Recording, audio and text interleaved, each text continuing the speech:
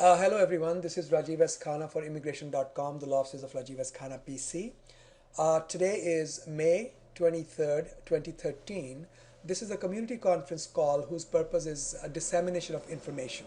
By participating in this call, you have not become our clients, nor have we become your lawyers. This call is being recorded, so please conceal your identity. This call will be publicly available. You may want to just make up a name if you ask a question or stay quiet, don't ask a question. What I'll do is I will run through the questions that have been posted on the forums. And once I'm done with that, I'll do follow-up questions on the questions that I've answered. And then if time permits, then we'll take up new questions. Okay. So first I'll do the questions, then follow up on those questions, and then any new questions. Okay. First question is from Sarush, who says, "What do I do about visa lottery?" Well, I'm not an expert in visa lottery. Many years ago, when the visa lottery first came out, we decided not to take any visa lottery cases because in most of these cases, a lawyer is not needed. But for you, when I looked at this question and you said there's nothing on the web I can't find, and I found that you're right. It's very difficult to get good information. So I did look at the regulations. I think what you should do is this. You should get yourself a lawyer. Okay, since you are in the United States, you will be filing Form I-485 and all its accompanying documentation, especially about your qualifications, high school diploma, 2 years experience, whatever is needed. I think you are better off getting a lawyer because if you mess up and the case doesn't get approved, you lose the lottery. Okay, if it doesn't get timely approved, get yourself a lawyer. That would be my recommendation. Next question, Idi Amin. Idi Amin says AC-21 and term contract job. So the question is, if there is an 18-month job, does it qualify for AC-21? Probably not. Probably not. You know why? The idea is that the job should be permanent, full-time permanent. Okay. But what exactly is permanent? Permanent does not mean forever. Permanent means that which is not sure to be terminated at a certain date. So if you took a job and it got terminated 3 months later, that's okay because you took the job on a permanent basis. And the job was permanent in nature, means indefinite. Okay. Second question is, can I work for a staff augmentation company? Is there going to be an employer-employee issue? And the answer is probably yes. You should be okay, probably, because definitely there are issues even with client-side placements. But as I was pointing out to an employers gathering yesterday, that if you look at the Neufeld memorandum and look at the footnote 6, it says we don't care who actually controls the employee. It is the right to control the employee that determines who is the employer. So technically, companies that are following the model of placing employees, but they still have the right to control you, send you wherever they want, they are the employer.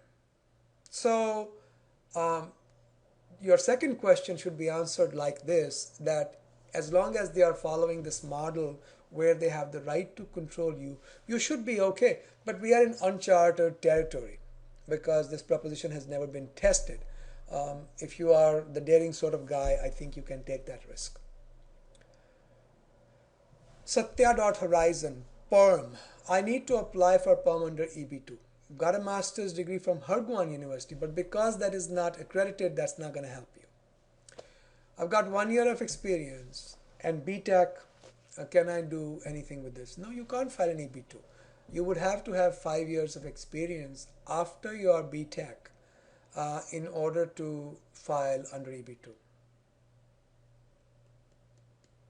Okay, so no, you cannot file EB2 with these qualifications. But of course, you can file an EB3 now, take that EB3, and when the time comes, let me rephrase that. You file the EB3 at the same time start an online degree which is accredited. And I have a blog entry which explains to you how you can determine if a degree is accredited. So go to my blogs and read up on that. Do an online accredited master's degree. And then sometimes down the line, do an EB3 to EB conversion, for lack of a better word. It's basically restarting EB2 and then transferring the priority date of the old case to the new. That's what you should do. White00. I'm a resident, foreign medical graduate on H1B from India, graduating residency in June 2013. Doc, my sympathies. Residency is probably the toughest time of any physician's time. I have two brothers who are physicians in this country, so I know exactly how it feels. I have accepted a hospitalist physician position, tough position. They're starting my green card. They're talking about normal course of action, EB2 with PERM. Given the long time to wait and potential immigration reform, what would be the best course? Look, Doc, the way this is going out, I think physicians will have a considerable advantage when and if the law passes. So do something. It doesn't matter whatever you do, NIW or POM. Why not both? Why not both? Okay. If Arizona is not going to issue you a letter for hospitalists in HPSA, then let it go. I mean, just do the POM. Why not? As long as the hospital is paying for it, I think it may have some marginal advantage. Do it. Okay. In the immigration reform bill, is there any potential way for a faster green card for physicians? Yes, there is. I looked at it, and there are several possibilities, including advanced degree possibilities. Are there plans to waive the 5-year residency requirement? Well, there is a, and I don't remember the exact terms of the law, but there is a provision for physicians that does not require NIW type filing. So the 5 years don't come into picture. Okay, so you will definitely have a much better shot at immigration under the new laws. There are special exemptions for physicians. TGA says, my parents are here, I've applied for their green card, do I need to extend their visitor visa? The answer is no. No. If you have filed for their I-130 and their I-485, both, they are in authorized period of stay as long as the 485 is pending. I don't see any need to extend. Next question, Bali_Chakra. Completed masters from XXX University, applied for OPT, got it. Applied for OPT extension October 2012, got RFE on January 3rd, 2013. Responded to it, got denied. Haven't received the denial yet. Service has been terminated on April. You stopped working on May 10th. In the meantime, employer applied for H1B. Am I eligible to stay in USA? I would suspect so, because this is a difficult case for me to answer. This has certain very unusual circumstances. Very difficult for me to answer this question.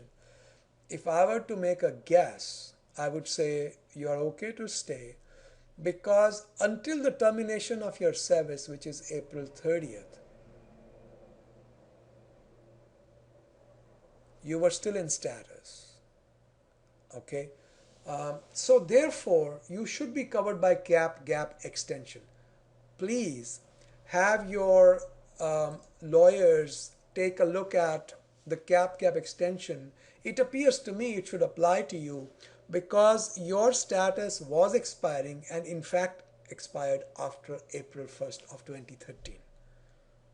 Okay, so let's double check that. I really cannot, I'll have to look at the law very, very carefully before I can answer this question. But I'm giving you a direction to go. Look at whether or not you're covered by gap extension. If you are, not only can you stay, you can continue to work. Okay. What are the chances of H1B approval? If you got picked in the lottery, you're fine. I don't see any problem with that. Worst case scenario, if they say you were out of status, they can make you go outside for visa stamping. Okay. I'm not sure that reinstatement is the way to go. This is a little bit beyond. It's a complicated situation. If I were you, I would begin with the first question, which is, am I covered by CAP extension? Because if the answer is yes, everything else gets taken care of. Okay. Get back with me if the answer is no, you are not covered by CAP extension. Then we can maybe look at it a little bit more. Sunil Krimi wants to know I-140 multiple changes. So if my I-140 is approved, I can change to employer number 1. And I can get 3-year H1 extension based upon the old employer's I-140 approval. Correct. Now if I go from employer number 1, or he calls it A, to employer number B, okay, can I again port the priority date? The answer is of course. Of course. The priority date can be ported no matter how many employers you change. That's not a problem.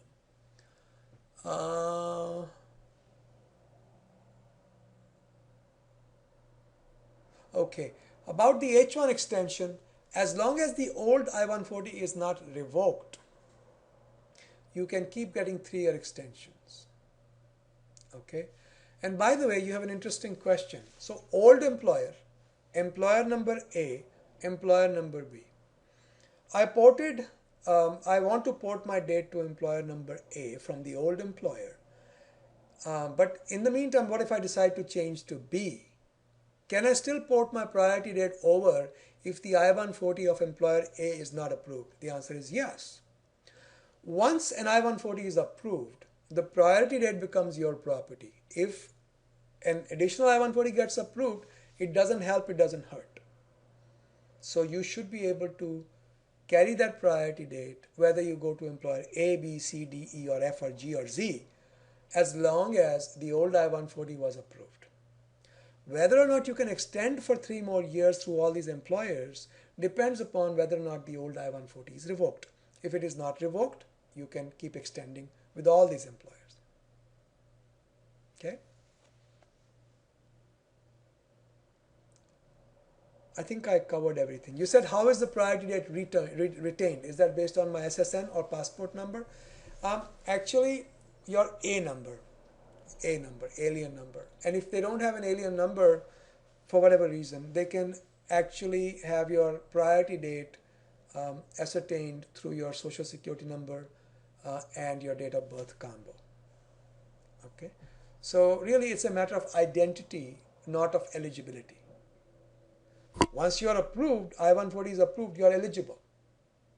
How do they establish your identity for their records? They can do it through the A number, or they can do it through the SSN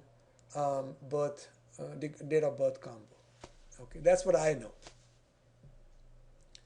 Subbu_V, my EB3 priority date is August 2003. Can't wait for PD to become current, and I want to quit my job and start something on my own. Is that even possible? Well, if your I-485 has been pending 180 days, you can at least theoretically start your own job. Is it a good idea? I would wait for the green card approval if I were you. I'm hoping to be able to do a recording. A couple of our clients had an issue like that. So what we will do is probably next week, I think I'm scheduled to speak with them next week. Look for a recording. I'll make a recording with both of them on the line. And if you want to be included in that call, go ahead and send me an email to help@immigration.com. help@immigration.com. I will tell them to put you on the same call. So all 3 of you can be there, and I'll tell you how it works. Okay? Anita Kosanam, I just spoke with her. She was here a few minutes early. Plus, I have spoken with her earlier as well. She was able to talk to me last week. She's all set. Karan Lala says, I-797 is going to expire on September 30th, 2013. He got his an extension till 2016, but when he was re-entering, he was given I-94 till September 30th, 2013 only. Okay. It's a tough situation. There is a informal comment by USCIS in one of American Immigration Lawyers Association's meetings, where they said in a situation like this, they consider the I-94 that came with your 797 approval to be good. So in other words, even though upon entry you were given another I-94, they still consider the approval I-94 to be good. Okay. Now, my only problem is I have very little faith in these informal comments from the USCIS. Maybe I'm being paranoid, but what I prefer is, in cases like this, um, maybe a call to USCIS should be made. Okay, might take you all day to get through to an officer. Actually, have your lawyers make that call through their attorney line and confirm what I just said. Make a note of it. This is what they said on this date. You should be fine. I think you are okay, but let's confirm it. MacBoss. I'm currently working for a non-profit. Used 4 years of H-1B. Not been counted against the cap. Plan to switch for a for-profit company, but the quota is gone. What is the best option for me? Well, you can start work concurrently. I've said this before. If you're on a non-profit, by the way, not non-profits, all non-profits are quota exempt. Non-profit research. Okay? So if you are with a non-profit research, you are quota exempt. You can actually work for a quota employer full-time with a concurrent H1. But you can't quit the non-profit. Okay? So they can also sponsor you for your green card directly. That's not a problem.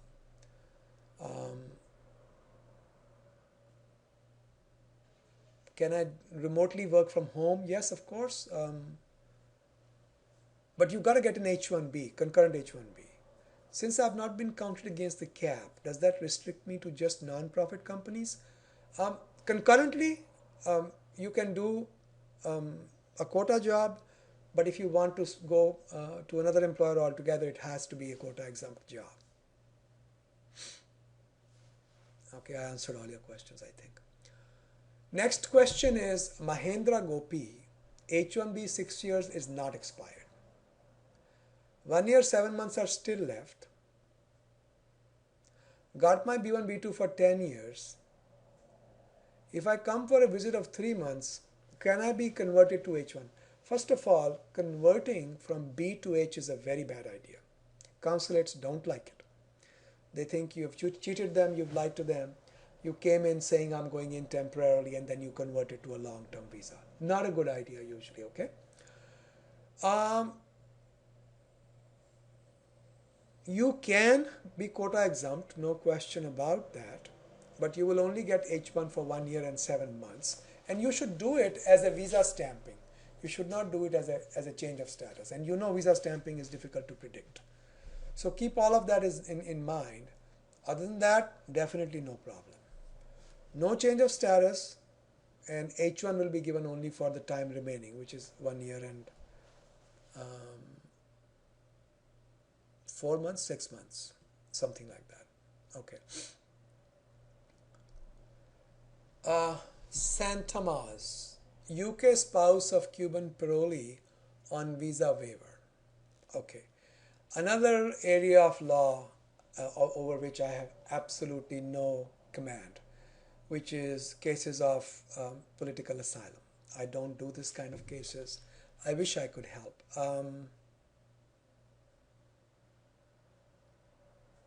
Yeah, I don't think this is a overstaying is a good idea.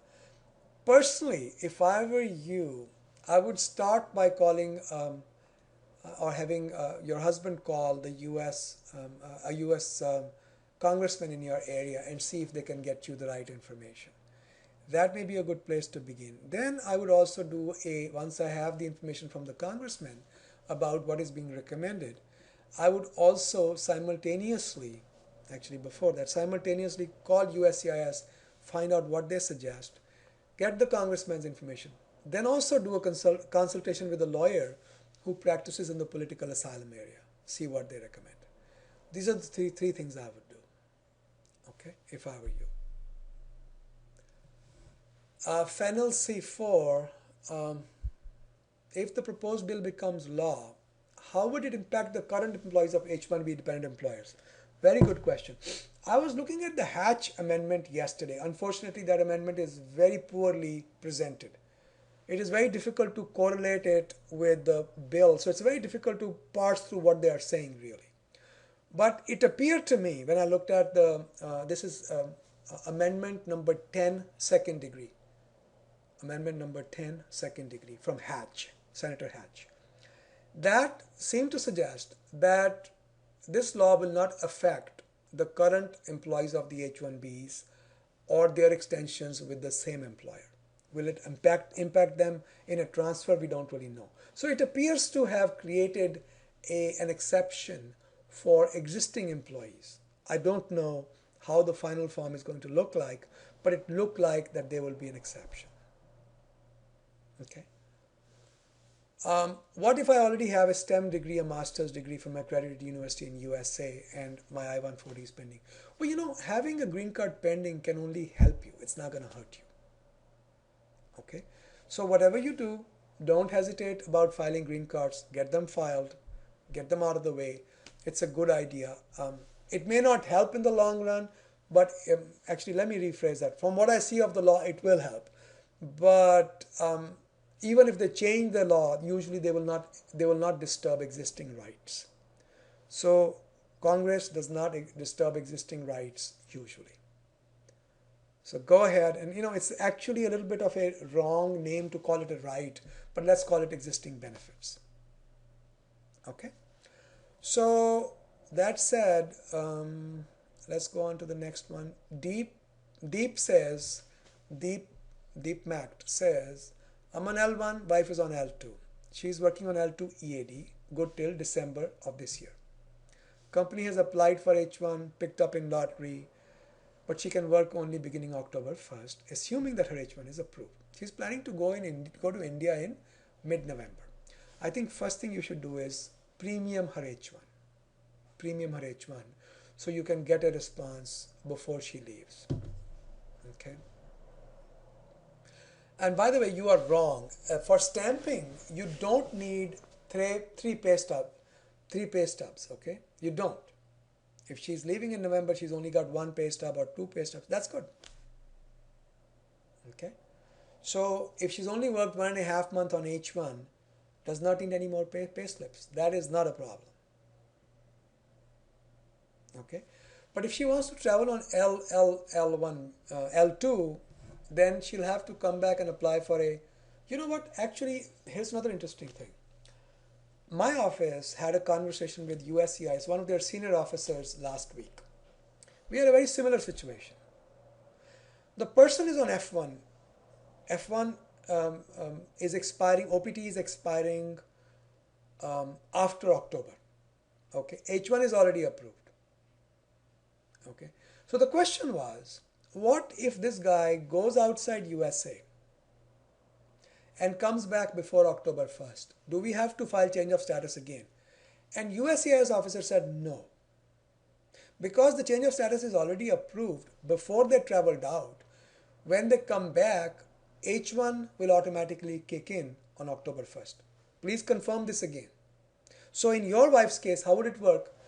If H1 is approved before she leaves USA, okay, and no, actually it doesn't apply. I take it back, I'm sorry. When I did the recomputation, she's leaving after October 1st. So she has to get an H1 visa stamping to come back in.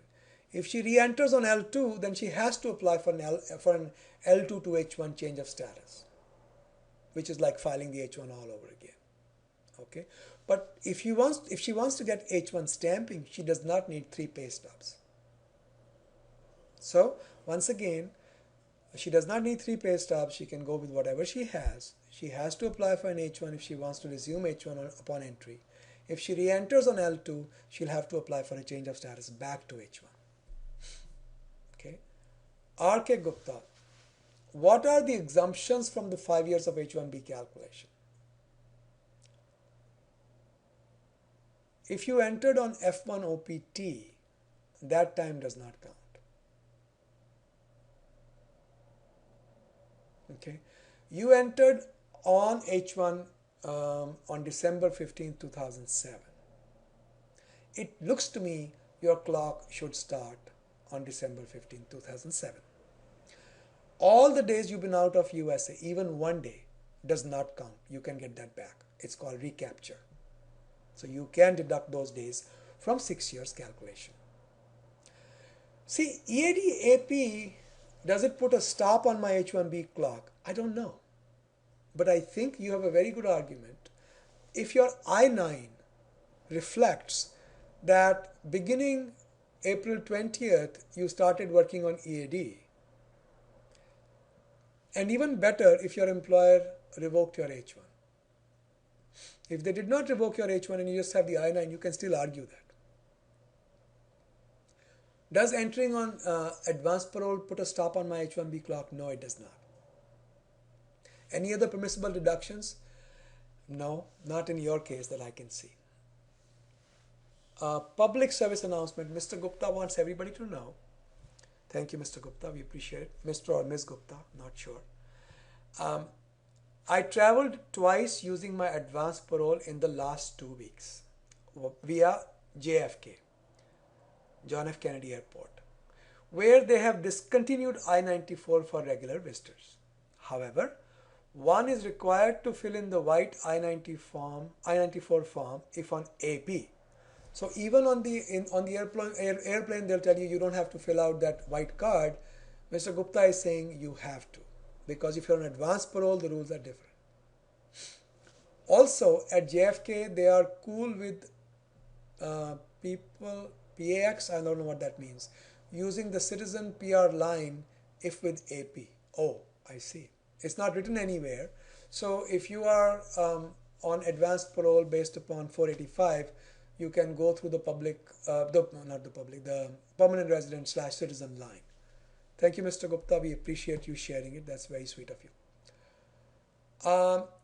Aman 12345 is a doctor from India, wants to convert from F1 to J1 within USA. You can do that. You can do that. But can you do it within 1 month and 10 days? Probably not. If you can get an expedite based upon a request from the government, from the hospital, maybe. Okay.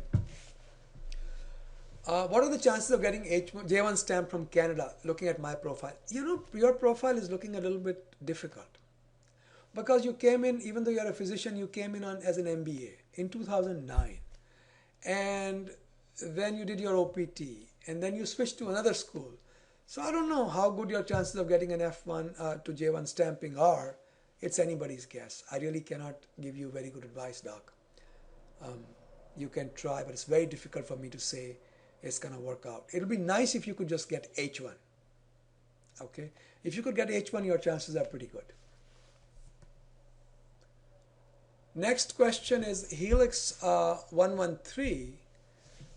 Profit H1B to non-profit H1B. I've answered somebody else's question. Yours are quite close to that. Moving to new job with a non-profit. So you're going from, actually you're different. You're going from a for-profit to non-profit. Will the new H1B with the non-profit also be until September 2014 or later? If you have time, you should get all 3 years. Will I maintain my cap? So in case you want to go back to a for-profit, I think you do. I've never really gotten a definitive answer on this. But knowing the law as I do, in my view, if you once had a non-cap, I should get this confirmed. Just send me an email. I would like to confirm this for myself too. Just send an email to help@immigration.com and just remind me, Sir Rajiv, if I had a non-cap H1, let me rephrase that. If I had a cap H1 and I went to non-cap and I want to go back to cap, is that okay? So I'll double check that for you. I'm sure we have that information because we've run into this issue before. And I don't remember the answer off the top of my head, but I know that we have it in my office. Should I hire a private lawyer? Every H1 should hire a lawyer. Every H1. No question in my mind. Too many problems if you don't hire a lawyer because so much of it is hidden processing. You have to create a public disclosure file. It's got to have the right kind of documentation. Don't do it yourself, please. Okay, it looks easy, but if you ever get audited, you could have a lot of problems. Faisal Mark 370, very nice message. Thank you. H1B first time stamping. Do I need to go to my home country? Can I go to Canada, Mexico? You can go to any country. As long as you've never been out of status, you can go to any country you like. Very few countries will refuse taking the application. I've never known any consulate anywhere in the world to say, we won't take your application. They can refuse to, but they never do as a practical matter. Okay? Laid off on H1B and I-129 revoked. There is no grace period. Severance does not count as a salary. USCIS has said that. You cannot stay even one extra day. I have a blog entry on B2 applying for B2. If you do a search on my blog, do an advanced search and look for the words laid off, you'll come up with the entry. So you can try doing that. Fun to edit, immigration overhaul bill. Does immigration overhaul bill do anything in favor of EB2, EB3? There are many provisions. I am just waiting for the law to take firm shape, and then I'll start putting out all the information you need. It's a lot of work to put information first on what they are proposing, and I did some of it. Then to put information on what they are changing, and to finally put information out on what they've decided. So I'll wait until I know what the law is firmly before I give you information. And once I know the law, you can bet upon it that within a week I'll have the entire area of the law covered, as well as we understand it. It's easy now to do. It used to be so much more difficult when I had to, I'm a two-finger typist, so sit there and type everything out or dictate to somebody. It's just very difficult to do that. Now I can just talk, so it's become a lot easier. I can tell somebody else to prepare the slides for me, and I can do a presentation for you. I have a couple of very good colleagues who take care of this for me. Okay, so when the law gets a little bit more shaped up, I will let you know. Ability to pay issues. I'm not going to go over the details because it's very difficult for me there are two things they look at. They look at the taxable income. They also look at Schedule L. Okay, so it's very difficult for me you should have your lawyers do it, or you should do a paid consultation with us. I'll have to have somebody go over the entire tax history and then decide and brief me, and then I can give you the information that you need. But let me answer the questions generically. Let's see if I can give you some good guidance. Net income of the company, there's profit, and W2 55,000, then 75,000. I have changed my company from 2013 onwards. Can a good year net income compensate for a bad year? Usually no. Usually no. It's got to be year by year. Will they revoke the I-140? They can do that. Can you keep the PD? You cannot. This is a serious matter. Please make sure your lawyers are good, competent, smart, detail-oriented people. Okay? If they are like that, fine. They can argue your salary already paid, they can argue net income, they can argue Schedule L, they can argue totality of circumstances. There's a bunch of arguments they can make. Have them, sit down with them, have a detailed consultation, see how it works. If you want us to take a look at it, you're going to have to pay for it, because somebody's going to have to spend a good couple of hours going over this entire background. So it is difficult for me to give you good definitive guidance, but this is a one-shot deal. You don't get it right, they will revoke the I-140. Okay. Unfortunately, they've been doing that a lot. Okay, I'm done answering the questions that were posted. Anybody who has a follow-up questions on the posted questions, press *5. No new questions right now. *5. 1, 2, 3, 4. Okay.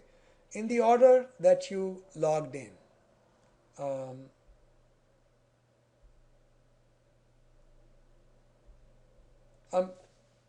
By the way, I have just unblocked you. from Virginia. You are one of our existing clients. You don't have to come through the community conference. You can just call up and have your case manager have you talk with me. Um, anyway, you are here. Go ahead and ask me your question. You know who you are. We represent your company. Hello. You are Yes. you are in Yes. Herndon, Virginia. Go ahead, please. Yes. So, again, this is related to the course number 3. The question I have is, uh, I saw one of your videos where you said AC21 portability 1099 is not recommended. No, it's very problematic. But here is how it works. That's why I said, go ahead and send an email to Leslie or to me, help@immigration.com. I will include you in that conversation, and I'll explain to you guys what I'm thinking. I've done this before, but this time I'll do a separate video so it becomes a part of our AC21 library. Okay, so sit tight until we have this discussion next week. I'll explain everything to you. Sure. Okay. Thank you. Okay, you're welcome.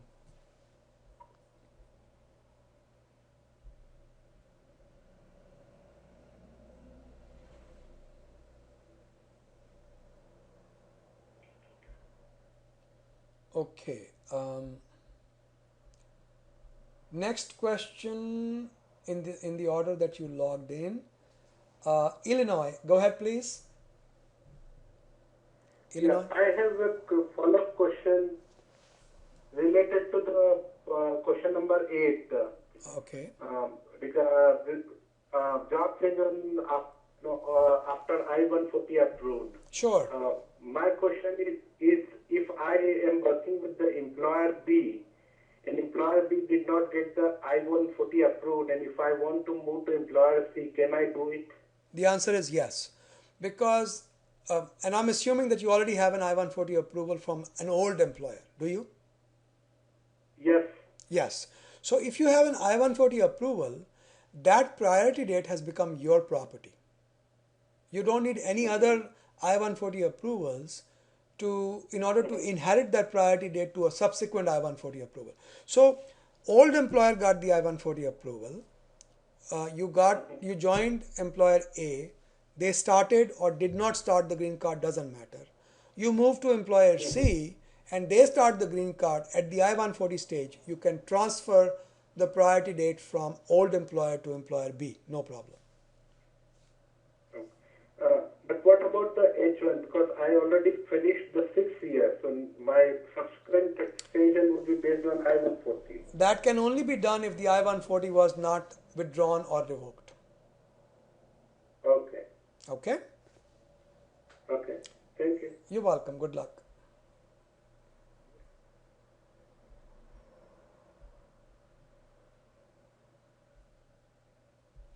Okay, going on to New York. Go ahead, please. Shalini, go ahead. Uh, Hello. Yes, ma'am. Yeah, actually, I have posted question number 7. I have follow-up on that. Yeah, Hello. yeah. I can hear you. Was you able to hear? I can hear you. You're a little. Uh, Yeah, go ahead. my question was like when I have checked with my DSO regarding CATGAP I-20, so she said that since I have a completed record with USCS, she cannot generate CATGAP I-20. So, Okay. I mean, if she cannot generate the CATGAP, what are my best options now for Then H-1B approval? then you should plan on leaving USA and getting H-1B stamping and coming back in. That's the only thing that makes sense to me. What if I go travel out of country and come on H4 stamping? Oh, Can you I you have an change it? H4. Yes, yes. Absolutely. You can do that, but do keep in mind that you're going to have to apply for H1 change of status again. Okay? So, You'll travel outside, get an H4 visa stamping and come back. As and when your H1 is approved, you will then have two choices. You either get a visa stamping on the H1 from Canada, Mexico, wherever, and come back on H1 visa, or you apply for change of status without leaving USA from within USA, which is like filing a new H1 all over again, except the fees is lower. Okay? Okay. Anything else? So what if I do premium processing now? Is that a good option if I do premium processing for H1B? I think it's a good option only to the extent that it gives you peace of mind. Otherwise, it's not going to make any difference. You cannot re-enter USA till September 21st on H1 anyway, if you're going to get a visa. But if you're going to come back on H4, then how does it matter? Just go get your H4 stamping done and then apply for, premium the H1 if you like. Okay. Okay. Thank you. Good luck, ma'am. All right, bye-bye. Okay, I believe this is the last follow-up question. Illinois, go ahead, please. Illinois. Hello.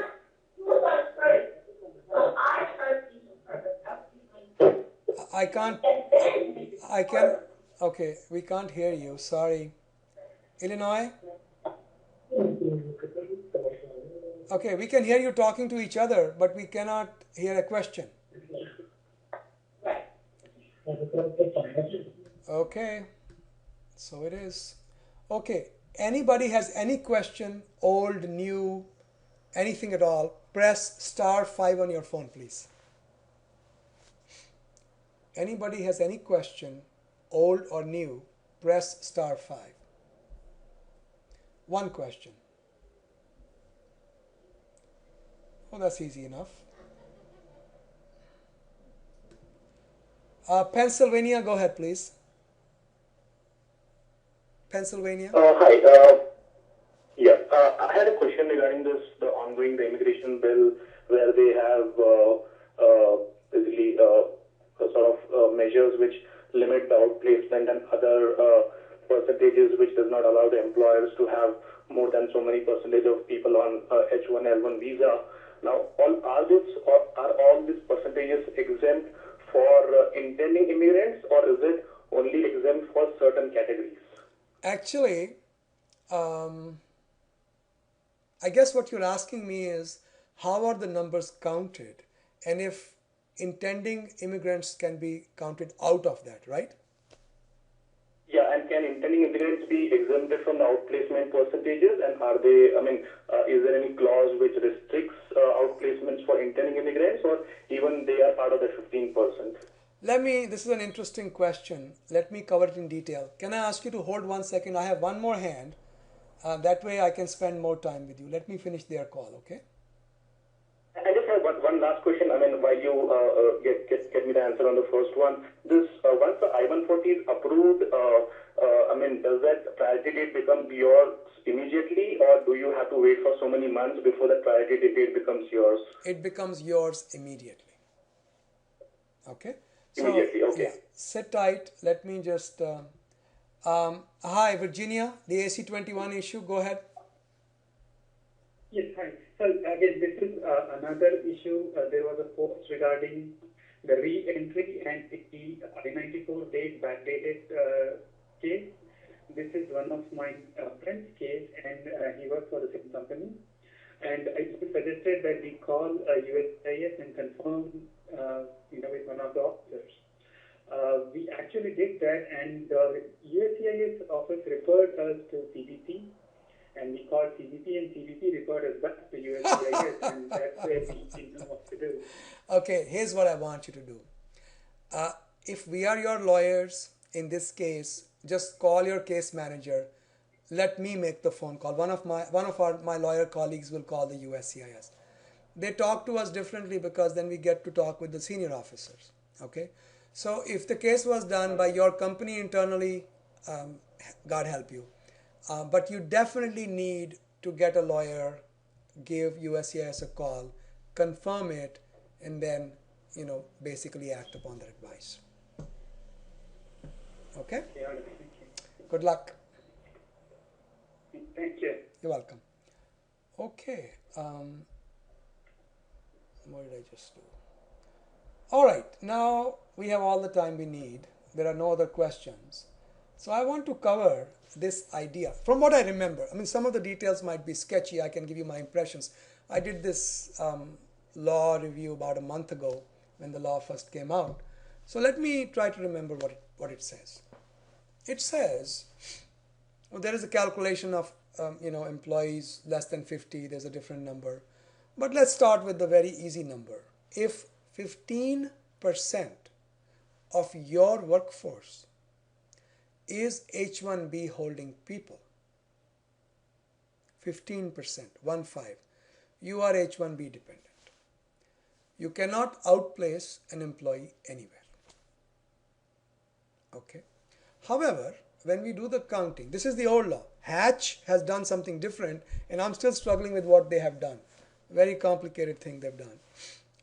But under the old new proposed bill, the idea was if you have intending immigrants, which means people whose I-140s are approved, pending, certain number of labor certs have been approved, those employees will be counted out. However, they cannot be outplaced. This is only calculation. Do we calculate you to be H-1B dependent or not? It doesn't mean that if the employee is an intending immigrant, he is then exempt from the outplacement restriction. Clear? I am hoping that it's clear. Okay. So now comes Mr. Hatch, and Mr. Hatch has some new calculation altogether. 90% green cards must have been filed. And oh, by the way, and he also saw something very odd in that amendment. I don't know if it's a typo. There are plenty of typos, I can tell you that. Because we've been struggling with putting it all together, and it's not working because there are so many typos in the page numbers. The page numbering doesn't correspond with the original bill. I don't know what they're doing. But I'm sure by the time in the next 10-15 days we'll see a consolidated bill, then I can take a look at it and better inform you what they're thinking. Now, Mr. Hatch has also created a concept of H-1B dependent and H-1B skilled worker dependent. I don't know what that means. It's supposed to be the same thing. I looked at the law and I just couldn't understand many of the provisions. Remember, I do this for a living. I've been doing this for 30 years and I've helped write laws. But this whole thing has been drafted in a very convoluted manner. So I'm still struggling with what they are saying. A lot of things are up in the air, but your two main questions, which is if I am an intending immigrant, am I exempt from outplacement? It doesn't appear to me like that. But you don't know what the law is going to look like by the time they're done with it. Basically, they have destroyed this entire model of outplacement. Okay, I don't think Congress has ever taken into account what about the thousands of people who are employed in companies other than the large companies. This bill has been pushed by the high-tech companies who are very, very large. Okay, but what about companies smaller than that? Universities, well, universities that are non-profit are exempt, but for-profit universities have a problem. Okay, but what about smaller employers? 300-400 employee companies who have no choice but to get some H-1B people for short-term project, 6-month, 8-month project. All this work will go outside then, because the big companies are only very few in number and they don't account for a large sector of the economy. I'm not an economist, I'm just a lawyer. Okay, but from what I can see, this is a very bad move without knowing what the consequences are to try to subtract a very large skilled workforce from the United States. Very bad idea. I don't think they've thought this through. It's scary how these laws are being made without sufficient number crunching, without understanding the consequences. Now, of course, Mr. Hatch has the foresight and the wisdom to leave existing H-1Bs undisturbed. What form that will take eventually, I don't know. In the Hatch Amendment, I saw that line there that they are not going to disturb the existing H-1Bs. I don't know what it's going to look like by the time we are done. Do you have any comments or questions? Go ahead, please.